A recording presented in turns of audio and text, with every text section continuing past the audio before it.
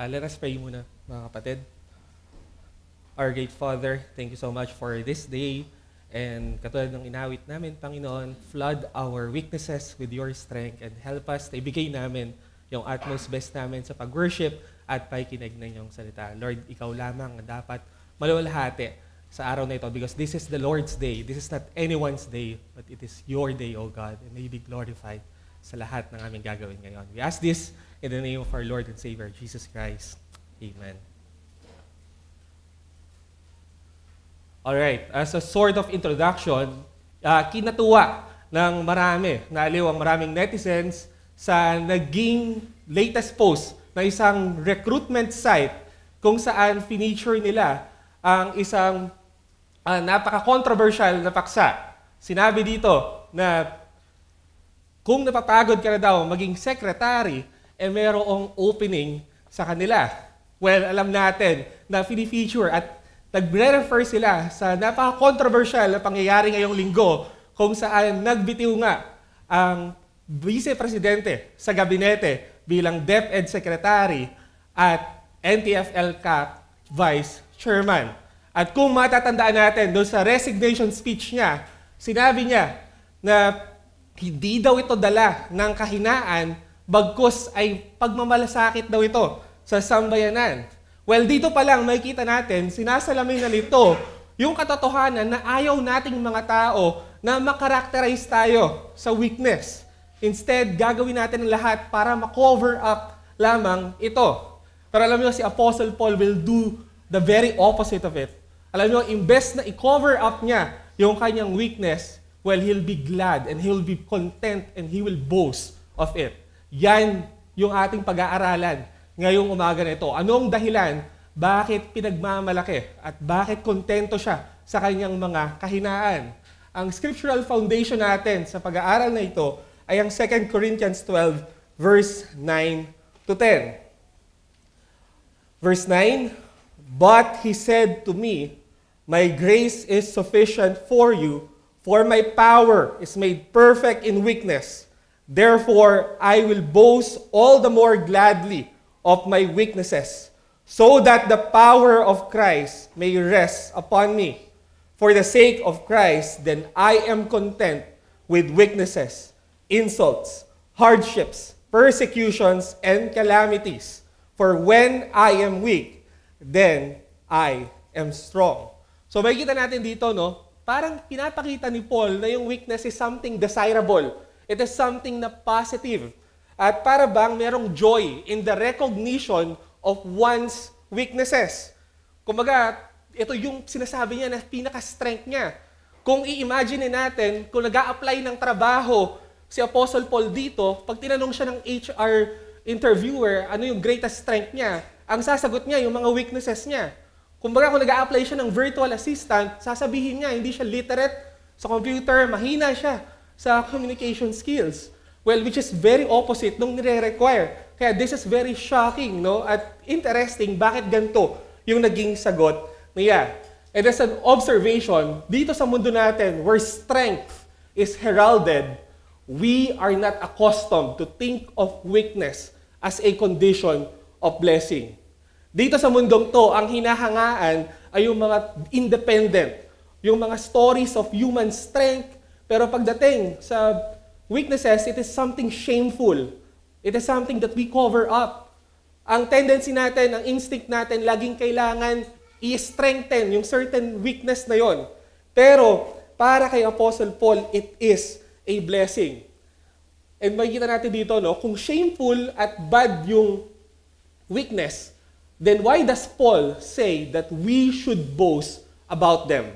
Well, maganda yung naging sagot ni Matthew Henry sa kanyang commentary sa 2 Corinthians. Sinabi niya that the reason of his glory and joy on account of these things was this: they were fair opportunities for Christ to manifest the power and sufficiency of his grace resting upon him, by which he had so much experience of the strength of divine grace that he could say, "When I am weak, then I am strong." This is a Christian paradox. When we are weak in ourselves, then we are strong in the grace of our Lord Jesus Christ. Ang sinasabi lang ni Matthew Henry dito, kaya natutuwa at pinagmamalaki ni Paul yung kanyang weaknesses is because they were fair opportunities. Magandang oportunidad to para ma-demonstrate yung power at yung glory at biyaya ng Panginoong Jesus. And then sinabi ni J.I. Packer sa kanyang napakagandang libro na Weakness is the Way, ito daw yung quality of life na dapat inaasam ng bawat disciple ni Christ.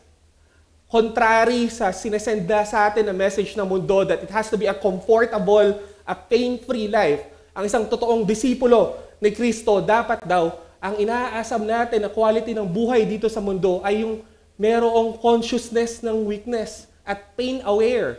Kasi daw, so that we may learn with Paul that when we are conscious of being weak, then and only then, may we become truly strong in the Lord. And should we want it any other way, what do you think? Di ba? Yan dapat yung buhay na pinapursue natin. Again, weakness conscious and pain aware. Kaya masasabi natin, no, na far from creating shame, weakness is a path for living a life pleasing to Jesus Christ. Hindi siya shameful. Sa ekonomiya ng Panginoon, ang kahinaan ang dapat maging gawi o buhay ng isang totoong mananampalataya. Now, tignan mo natin yung paano siya dinefine ng Scripture, yung weaknesses.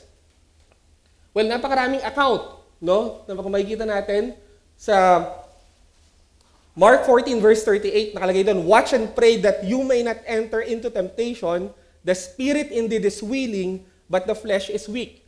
Yung gamit dyan nung weak is referring to physical human weakness. Kasi yung mga disciple, di ba, nakatulog sila instead of praying.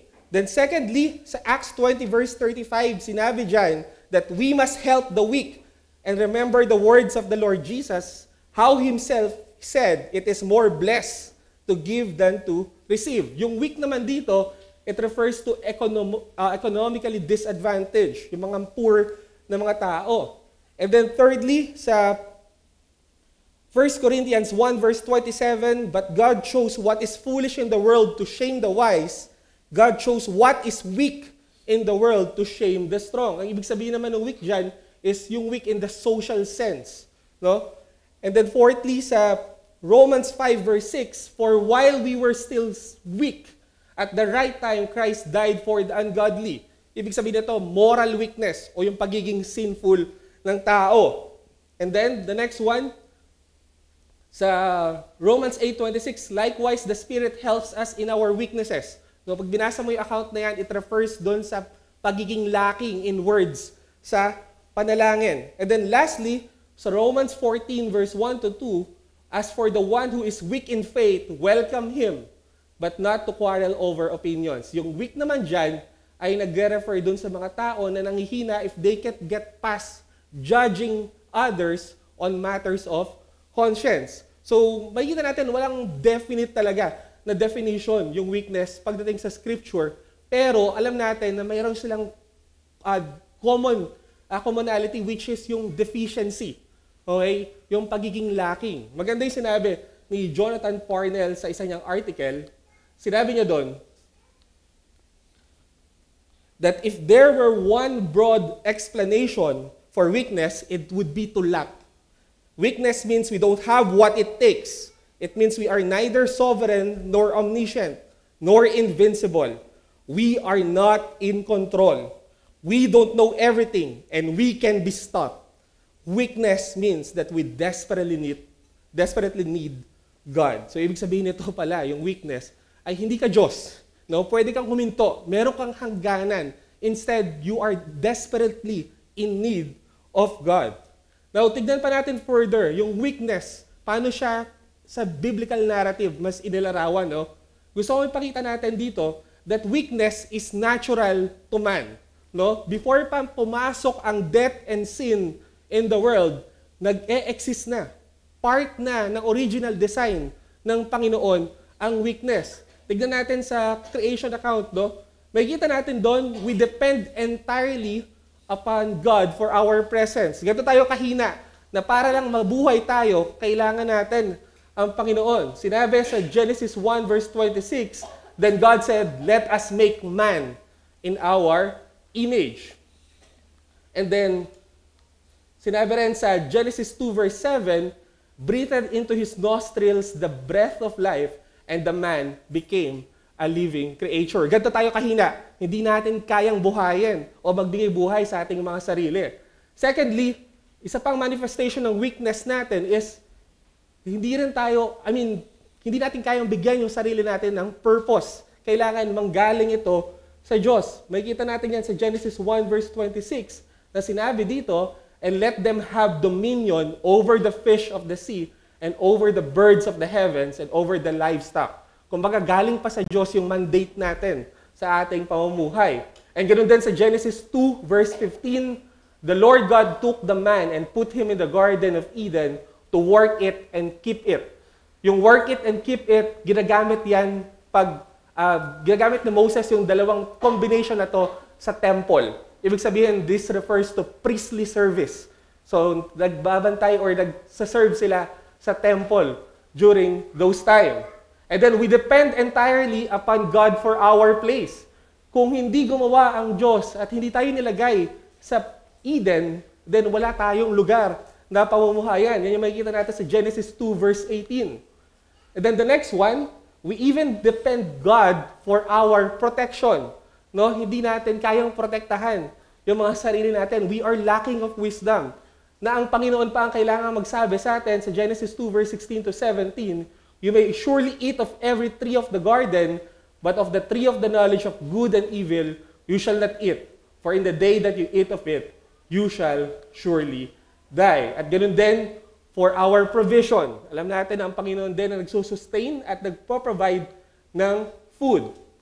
And then, lastly, we depend entirely upon God for our partners. Even partners. Ganito tayo ka-weak. Sa Panginoon din ang galing. Sa Genesis 2, verse 18, that the Lord God said, it is not good that the man should be alone. I will make him a helper fit for him. Alam niyo, nung sinabi niya yung Panginoon to, sinasabi niya, ganito kayo kahina, na kailangan niyo ng ezer, kailangan niyo ng helpmeet, dahil ganun yung kahinaan ng tao. So, kita natin dito, no, na talagang sa creation pa lang, before mag-enter ang kasalanan, inherent na yung weakness sa tao. Maganda yung book na to ni Eric Schumacher, The Good Gift of Weaknesses. Sinabi niya doon, humiliated, defeated, and wanting to hide. That's how most of us feel about weakness. We want to get as far away from it as possible, but we shouldn't feel that way. There's nothing inherently wrong about being weak. Weakness isn't a bug in the design of the universe. It's a feature. It's how God made us. No, hindi anomalya o hindi pagkakamali ang pagkakaroon ng kahinaan. Ayon sa talagang parte siya o disenyo siya ng Panginoon.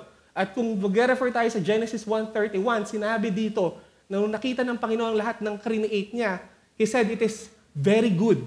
So therefore, we can infer na kung create niya sa tao yung weakness, God made us weak, and everything that He made was good. Therefore, weakness is good. May maganda o kabutihang dala yung pagiging mahina natin. But later on, mas madidelve natin yung katotohanan na yon. Secondly, weakness is magnified by the entrance of sin. Well, nung pagdating, nung nag-rebel na si Adam, nadagdagan at mas na-intensify yung expression ng depravity natin at ng weakness natin. Nandiyan yung knowledge of nakedness sa Genesis 3 verse 7. And then meron din dyan na nadagdagan yung weakness natin, the delusion of self-sufficiency. No, akala natin, kaya natin ng tayo lang. Kaya ang naging tendency nila, they sewed fig leaves together and made themselves loincloths. Imbes na lumapit sila sa Panginoon. Of course, a depraved nature. Sinabi sa Genesis 6 verse 3, my spirit shall not abide in man forever, for he is flesh.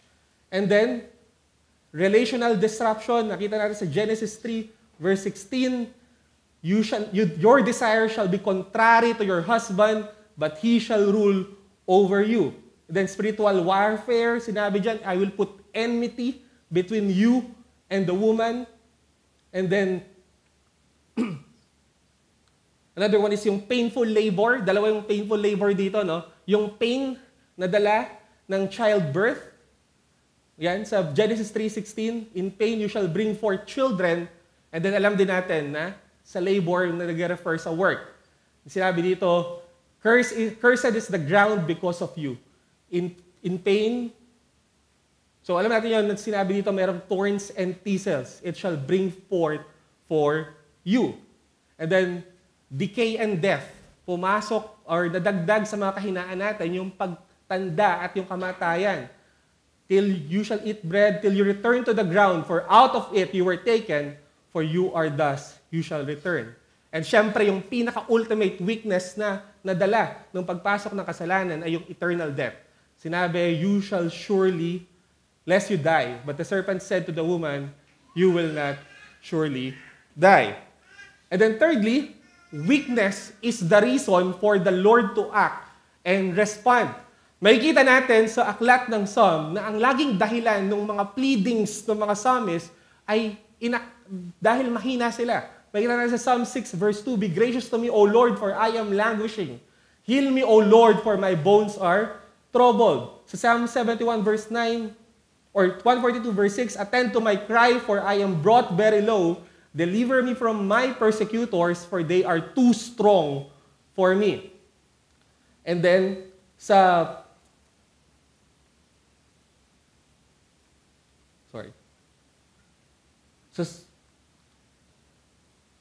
my bad. Pausan niya, bro. So, makikita natin dito sa mga account na to na yun yung reason do mga pleadings nila. At makikita rin natin sa mga Psalms na to na mag-a-act ang Diyos because of their weakness as well. Next. Sorry. As a father shows compassion to his children, so the Lord shows compassion to those who fear Him, for He knows our frame. And then, so on and so forth. So yan lang yung makikita natin dyan, no? It is the reason para mag-respond at mag-act ang Panginoon. And then our next na makikita sa Scripture is that weakness plays an integral part in our salvation. Kanina nabasa na natin yung Romans 5 verse 6. For while we were still weak, at the right time Christ died for the ungodly. And then yung sa 1 Corinthians 1 verse 26 to 29, sinabi dyan na not many were powerful, not many of you were wise according to worldly standards, not many were powerful, not many were of noble birth. But God chose what is foolish in the world to shame the wise. God chose what is weak in the world to shame the strong. So makikita natin sa buong biblical narrative, no, na laging ganito sa ekonomiya ng Diyos. Laging piniflip ng Panginoon yung mga human expectation, no? Yung human expectation of strength and advantage. Ang laging pinipili ng Diyos yung mga weaker, yung mga younger, yung smaller, yung mga overlooked and unexpected of men and women. Bakit? Ano kaya yung reason for that? Kasi pinapakita dito na ang human wisdom is not the way of salvation. Pinapakita dito na ang Diyos ang pumipili at talagang mapapahiya ang mga tao because kung tayo lang ang masusunod, ang magiging standard ng salvation natin sigurado ay intelligence, yung pagiging mayaman or pagiging noble. Pero hindi ganyan sa ekonomiya ng Diyos. Pangalawa, God intentionally chooses the weak because the weaker the person that He chooses, the more His strength is displayed. Doon mas nakikita yung lakas at yung glory niya. And also when He saves the weak, it is obvious that they didn't save themselves. Diba? Kapag mahina yung nililigtas ng Diyos, sigurado sila or sigurado tayo na hindi siya ang dahilan. Hindi niya niligtas yung sarili niya because wala siyang kakayahan. Talagang biyaya ito ng Panginoon. Bakit? So that no human might boast in the presence of God, and also so that those who boast would boast only in the Lord. So makikita natin dito, two-way traffic to, no? We get salvation and God gets the glory. And then lastly, Jesus Christ Himself took on the weakness of human nature except sin. may kita natin na siya mismo, na-experience niya yung weakness during his earthly life and ministry. Sa incarnation, Galatians 4 verse 4, but when the fullness of time had come, God sent forth His Son, born of a woman, born under the law. And then sa Philippians 2 verse 7, but emptied Himself by taking the form of a servant, being born in the likeness of men. But we have a problem. Ang pagkakaroon ng isang weak Messiah doesn't sound like a good news. Di ba? Yan din yung problema ng Israel. Kasi ang ine-expect nila na tagapagligtas ay isang conqueror. Pero yung dumating sa kanila ay isang baby. No? Kung iisipin natin, pwede namang dumating ang Panginoon na naka-warrior, na naka-armor suit. Or pwedeng grown-up man na siya pag dumating siya dito. Pero hindi. Pinili niya na i-manifest yung weakness niya by being a baby. At dinaanan niya lahat. No? He lived with limited human strength. Sinabi sa Luke 2 verse 40, He became strong. Ibig sabihin, hindi talaga siya, may panahon na hindi siya malakas. And then also, He was with limited human knowledge. Sinabi rin sa Luke 2 verse 52, yung wisdom niya nag-increase.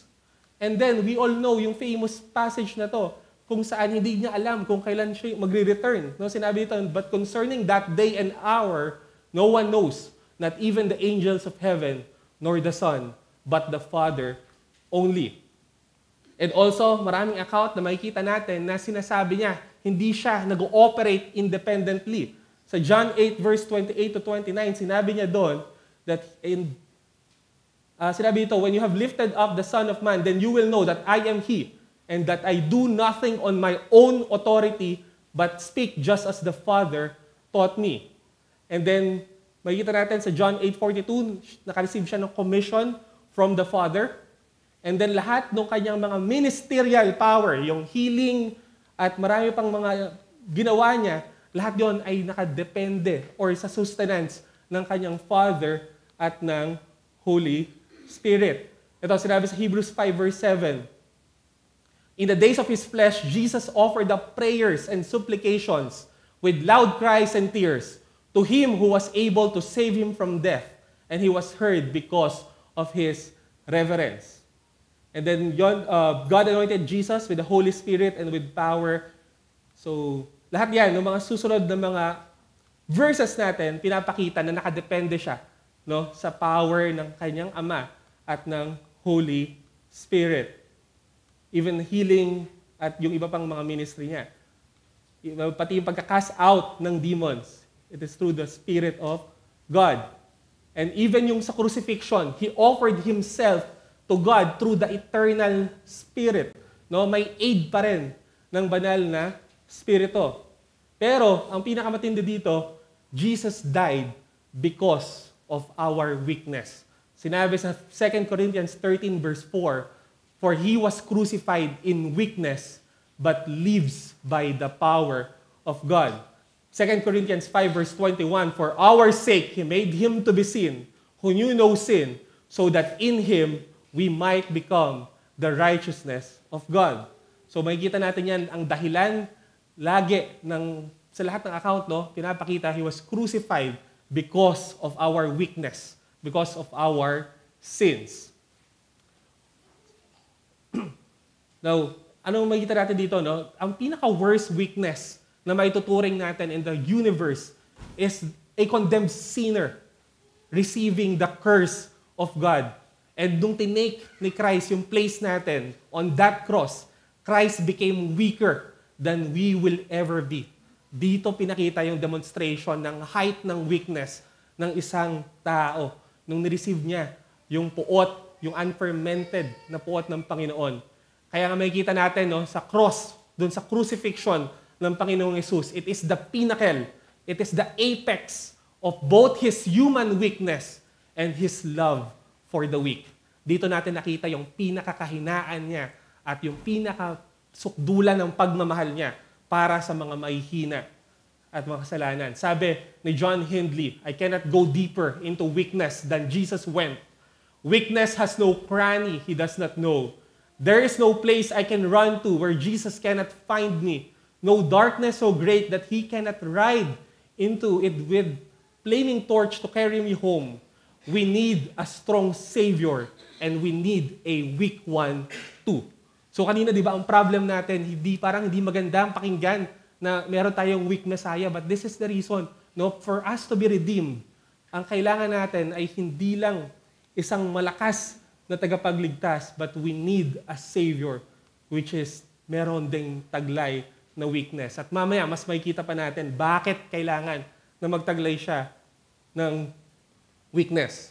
Now, pupunta tayo ngayon sa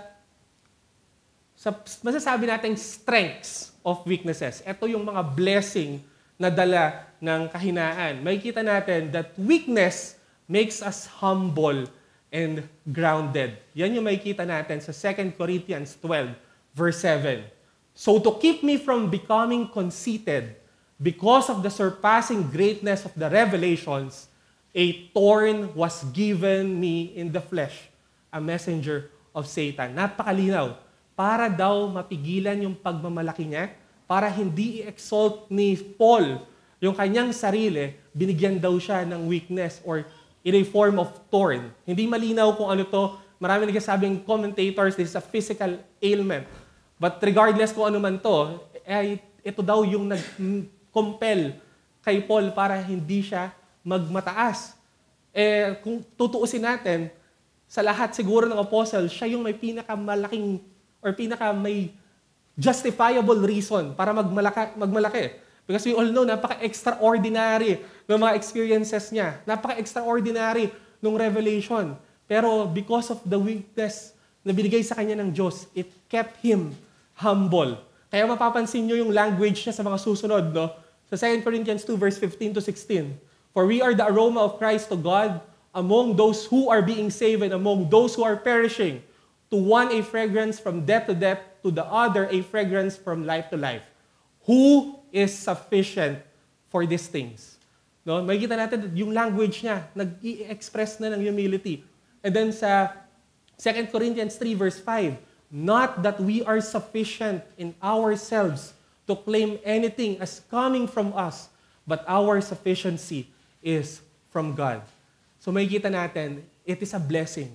Weakness is a blessing dahil it will keep us humble and grounded. Kaya nga ang challenge natin dito, be thankful for the thorns which keep you from thinking highly of yourself. Examine mo, ano yung ma-identify mo na tingin mo, yun yung thorn mo sa buhay mo na ito at ipagpasalamat mo yan sa Diyos. Because again, it is preventing you like Paul to think highly ng iyong sarili. And then secondly, isa pang blessing na makikita natin is that weakness bends our weakness in prayer. Again, weakness bends our weakness in prayer. It compels us para manalangin. Si Paul, di ba, nabigyan siya ng thorn, sabi dito, 3 times I pleaded with the Lord about this. Doon sa weakness niya, hindi siya nagpunta kay Timothy, hindi siya nagpunta sa kung kanino man, nagpunta siya sa Diyos. So isang kagandahan ng ating mga kahinaan, it would drive us to our knees at lumapit tayo boldly sa throne ng Panginoon. Di ba tayo, ang iniisip natin, yung mga weakness natin, yan yung nagdi-discourage sa atin para manalangin. Dahil tingin natin, di tayo papakinggan or we are not worthy. Pero sabi ni Dane Ortland, of course, the classic Gentle and Lowly, sinabi niya, we cannot present a reason for Christ to finally close off His heart to His own sheep. No such reason exists. Every human friend has a limit. If we offend enough, if a relationship gets damaged enough, if we betray enough times, we are cast out. The walls go up. With Christ, our sins and weaknesses are the very resume items that qualify us to approach Him. Nothing but coming to Him is required. First at conversion and 1,000 times thereafter until we are with Him upon death. Diba? Yan daw yung magko-qualify sa atin, yung weakness natin para lumapit sa Panginoong Jesus. Kaya sabi rin ni J.I. Packer, no? God uses chronic pain and weakness along with other afflictions as His chisel for sculpting our lives. Felt weakness deepens dependence on Christ for strength each day. The weaker we feel, the harder will lean. So mas lalo tayong dumedepende sa Diyos sa panalangin mentras nararamdaman natin yung ating kahinaan. And I think isa to sa, kung meron mang isa na kailangan nating i-take note or take away natin sa lesson na ito, ay galing kay Charles Spurgeon. Anything is a blessing which makes us pray. Kapatid, kahit ano pa yan, kahit pagsubok yan, kahit anong klase ng kahinaan, if that is making you pray, it is a blessing. So, yung masasabi talaga natin na ang weakness, no, it is indeed a very good thing mula sa Panginoon. And then number 3, weakness is the primary qualification for serving God. Well, makikita natin sa kasaysayan, ang laging ginagamit ng Diyos ay yung mga mahihina, yung mga frail at mga pitiful na mga tao. No? Great men of God throughout history have had at least one common experience. Weakness in the face of God's call. Hindi tayo mauubusan ng account niyan. But let us choose yung kay Moses na lang. No? Sabi dito, but Moses said to the Lord, O my Lord, I am not eloquent, either in the past or since you have spoken to your servant, but I am slow of speech and of tongue. Then the Lord said to him, who has made man's mouth, who makes him mute or deaf or seeing or blind, is it not I the Lord? Now therefore go, and I will be with your mouth and teach you what you shall speak. But he said, O my Lord, please send someone else. Then the anger of the Lord was kindled against Moses, and he said, is there not Aaron your brother the Levite? I know that he can speak well. Behold, he is coming out to meet you, and when he sees you, he will be glad in his heart. And the rest is history. Alam natin na after this, ginamit ng Diyos mightily si Moses. And even Gideon sa Judges chapter 4, no? Chapter 6, sinabi dito, and the Lord turned to him and said, go in this might of yours and save Israel from the hand of Midian. Do not I send you? And he said to him, please Lord, how can I save Israel? Behold, my clan is the weakest in Manasseh, and I am the least in my father's house. And the Lord said to him, but I will be with you, and you shall strike the Midianites as one man. And he said to him, if now I have found favor in your eyes, then show me a sign that it is you who speak with me. So pinapakita lang natin dito, unlike yung sinasabi ng mundo na kailangan mo ng strength para maging useful ka. You have to be gifted. You have to be like this, or kailangan mo ma-meet yung standard ng mundo before gamitin ka. Well, sa ekonomiya ng Panginoon, hindi ganon. Hindi siya hindrance sa successful ministry, but they are the very means by which the strength and sufficiency of Christ in the life of every believer are made known. Sa isang preaching ni Pastor Ramen sa 1 Corinthians, sinabi niya that in God's wisdom, weakness is not a hindrance to ministry. It is a prerequisite to it, and it is the secret power. Alisin natin, mga kapatid, yung pag-iisip natin that we have to be extraordinary for us to be used by God. That we have to be like this, o yung kung ano man, yung standard ng mundo. Because again, ang Panginoon ay nasa project or business of turning those weak people na maging strong at kagamit-gamit. No? Ang hinahanap daw ng Panginoon are not the spiritual giants, but rather the ordinary saints with childlike faith who have lost all confidence in the flesh. God will confound the strong and wise by anointing as His instruments those who are considered weak and foolish. The Lord will bypass those who lean on the arm of flesh, who trust in their talents, their knowledge, their background, and their family reputation. So, nakikita natin, no, na also, yung fourth natin, katulad ng nasa scriptural foundation natin, masasabi natin na ang totoong kalakasan ay nakuha from weakness. So, yun yung binasa natin kanina, di ba? That my grace is sufficient for you, for my power is made perfect in weakness. No? Ito yung totoo. Dito mo makukuha yung kalakasan because kapag empty tayo, yun yung panahon na sinusustain tayo at mas marami tayong space for the strength of God. No? So sinabi dito sa isang aklat ni F.F. Bruce, no, 3 beses hiniling ni Paul na alisin sa kanya, i-remove sa kanya yung kahinaan niya. Pero alam niyo kung anong ginawa ng Diyos?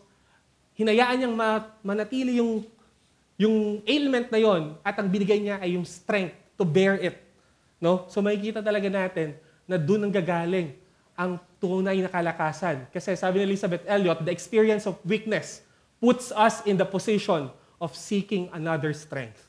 Alam natin, kapag malakas tayo or feeling natin, may delusion tayo ng strength, hindi tayo lalapit sa Panginoon. Pero if you have this constant awareness or aware ka ng pain and weakness mo, dun ka magsisik ng strength ng iba, which is sa Panginoon. And another thing na wag nang i-take away natin, no? Mula na naman kay Spurgeon, sinabi niya, God does not need your strength. He has more than enough power of His own. He asks your weaknesses. He has none of that Himself. He is longing, therefore, to take your weakness and use it as the instrument in His own mighty hand. Will you not yield your weaknesses to Him and receive His strength? Ang kailangan ng Panginoon sa iyo, hindi yung kalakasan mo. Ang hinihingi niya sa iyo, kahinaan, kasi wala siya nun. No? At papalitan niya ito ng strength. Wala man sa scripture, pero we can add a beatitude. Blessed are the weak, for they shall have God's strength. No? Makikita natin isa tong katotohanan sa scripture kahit wala siya sa Sermon on the Mount na account. And then lastly, weakness ensures us ng sympathy and help of Christ. Ito yung reason, bakit kailangan natin ng weak Messiah? Bakit kailangan niyang daanan yung from birth niya, kailangan mo siyang baby hanggang maging grown up siya. No? Kasi para makapag-sympathize siya with our weaknesses, para maintindihan niya yung lahat ng ating kahinaan. Sabi niya, but one who in every respect has been tempted as we are, yet without sin. Let us then with confidence draw near to the throne of grace, that we may receive mercy and find grace in times of need. And of course, Matthew 11:28 to 29, this is His invitation to those who are weak, no? Weak na sawa na sa kasalanan. Come to me, all who labor and are heavy laden, and I will give you rest. Take my yoke upon you and learn from me, for I am gentle and lowly in heart, and you will find rest for your soul. Sabi ni Richard Sibbes sa libro niyang The Bruce Reed, si Christ daw, para daw siyang nanay. Di ba yung nanay, mas nagke-care siya sa pinakamahina, pinakasakitin sa pamilya niya. So isipin mo, ganun si Christ, ganun ka-incline yung mercy niya sa pinaka-weakest na child sa pamilya. So wala tayong dapat ikapangamba if we are that person. And then lastly, let's proceed sa mga strong applications na pwede nating makuha from this lesson. First is that we should never deny our weakness. No? Huwag nating katakutan yung ating mga kahinaan. Instead, ang katakutan natin, yung delusion of strength. Makikita natin si Christ sa ministry at sa life niya dito sa mundo. Nakita, hindi siya natakot na ma-expose yung weakness niya sa maraming mga tao. And so, that is worthy of emulation. Again, ang mas katakutan natin ay yung feeling natin malakas tayo. Sabi ni Paul David Tripp, weakness simply demonstrates what has been true all along. We are completely dependent on God for life and breath and everything else. Weakness was not the end for me, but a new beginning, because weakness provides the context in which true strength is found. It sounds weird and crazy when you first read 2 Corinthians 12 verse 9, but it's not. He has come to know that God's power is made perfect in His weakness. You see, weakness is not what you and I should be afraid of. We should fear our delusion of strength. Sinustain din niya yan sa kanyang devotional. No? Sinabi niya, don't fear your weaknesses. God supplies all the strength you need. Be afraid of those moments when you think you're independently strong. Mas matakot ka pag pakiramdam mo hindi mo kailangan ng tulong or you are strong enough to handle yung mga affairs and matters sa mundong ito. And then, secondly, with that truth that we have this inherent weakness, of course, we should bear with one another's weaknesses. Well, we can apply this in two particular aspects, no? First one is a marriage. Sabi ni Richard Baxter, no? This is for, ang context na dito ay isang couple, no, sa mag-asawa.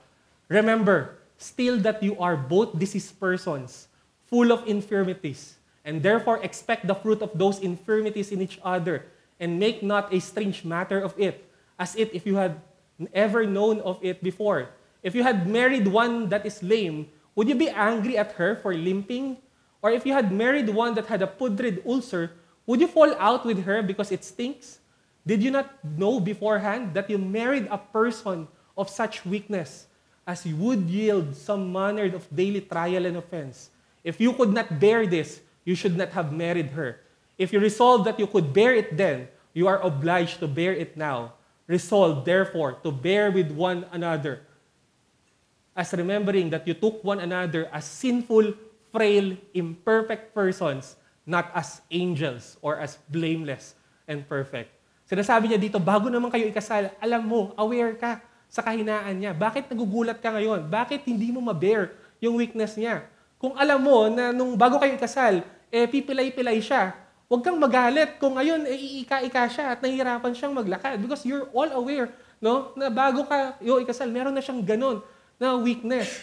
So sinasabi niya lang dito, pinapaalala niya na yung napangasawa mo is not a perfect person. Hindi siya angel, but a sinful, frail, imperfect na tao. And bear with me, let's give at least a minute dito. No? Isa to sa pinaka-gamit na gamit sa social media na sermon ni Paul Washer on marriage. Let's listen. Sabi niya, how would you ever learn unconditional love if you were married to someone who met all the conditions? How would you ever learn mercy, patience, long-suffering, heartfelt compassion if you were married to someone who never failed you, who is never difficult with you, who never sinned against you, who is never slow to acknowledge their sin or ask for forgiveness?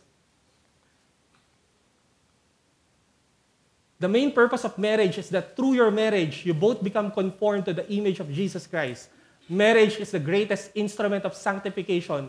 You are married to a person who does not meet all the conditions so that you might learn unconditional love. You are married to a person who needs mercy so that you learn to give it. You are married to a person that does not deserve so that you learn to pour lavishly yourself on a person who does not respond appropriately. And thus you become like the Lord we worship. No? Pinapaalala lang niya dyan na you are married sa tao na hindi naman ideal at hindi na meet lahat ng conditions. So you have to, mayroon siyang part na sinabi dyan, no, na ikaw, you are asking for your grace sa sarili mo. Pero bakit hindi ka nag-a-ask ng biyaya, ng same na biyaya sa asawa mo? No? So it's just a reminder, a very sober reminder, lalo sa mga may asawa, no, that you really have to bear each other's infirmities. And then let's apply it sa church.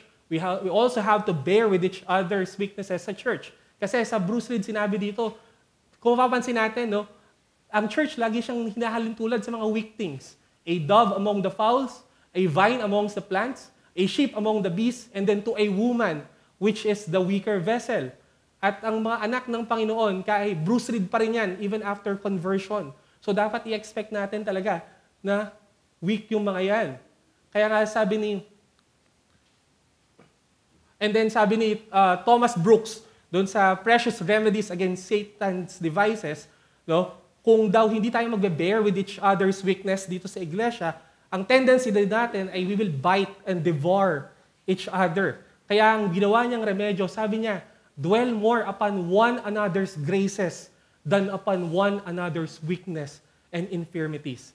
Ang keyword dyan is more. Hindi natin sinasabi, this is not a blanket prohibition that you will not call out something bad or something sinful sa ating kapatid. Ang sinasabi dito, we have to dwell more, no, doon sa kanyang graces kesa sa mga weaknesses niya. It is sad to consider that saints should have many eyes to behold one another's infirmities and not one eye to see each other's graces. Ang ganda nito, no? Ang dami daw nating mata sa mga mali natin, sa mga kapatid natin, pero wala ni isang mata doon sa mga bagay na meron sa kanyang maganda. And lastly, sinabi niya dito, no, na ang isang Kristiyano daw, kapatid daw natin, parang may-ari yan ng isang garden. No? Bakit daw ang pinipitas natin sa garden ng kapatid natin, yung mga bulok, yung mga pangit talaga? Ang daming magaganda na bulaklak doon sa garden niya. So it is very instructive sa atin. Kasi alam nyo, ang Panginoon, He look more upon His people's graces than His people's weaknesses. Tignan niyo si David, kahit napakadami niyang mga shortcomings, paano siya dinescribe? A man after God's own heart. Si Job, kahit ang dami niyang rant, kahit naging impatient siya, sinabi sa scripture, he remains steadfast and patient. Si Rahab, alam natin, prostitute, ang dami niyang nakasiping ng mga lalaki, pero saan siya natandaan? Doon siya natandaan sa pagtulong niya, doon sa dalawang spy. Di ba? So, katulad ng Panginoon, let's look more upon the graces of our brethren. And lastly, let's be a willing vessel to display the glory of God. So napakaganda nung naging description sa atin sa 2 Corinthians 4 verse 7. But we have this treasure in jars of clay to show that the surpassing power belongs to God and not to us. Kung yun pala, kung naluluwalhati pala ang Panginoon, by simply being a vessel, by simply being weak, or by simply being us, no, dapat mas mag-glory tayo sa infirmities natin because ang Diyos ay nag-glorify through those weaknesses. And lastly, sinabi ni Andrew Murray, no, na ang pinaka-highest glory ng isang creature is in being only a vessel to receive and enjoy and show forth the glory of God. Nothing less, nothing more. Yun daw ang glory na nagbibilong sa ating mga creature niya. And then lastly, I want us to read this beautiful prayer from George Matheson. Sabi niya, "My God, I have never thanked you for my thorn. I have thanked you 1,000 times for my roses, but not once for my thorn. I have been looking forward to a world where I shall get compensated for my cross, but I have never thought of my cross at itself a present glory. Teach me the value of my thorn." How about you, kapatid? Kailan ka nagpasalamat sa thorn or sa weakness na binigay or built in sa'yo, na binigay ng Panginoon sa'yo? Ngayon na na-realize natin that it is indeed a blessing. Should we, di ba? Dapat mas magpasalamat tayo sa Panginoon. Hindi lang yung mga roses or strengths at mga beautiful things na nakita natin, na na-perceive natin by sight, ang kailangan nating pagpasalamat. We should be thankful also for our weaknesses. That's why, as a conclusion, let us be strong enough to thank God for your weaknesses. Let us pray. Our strong God, thank you so much for this lesson.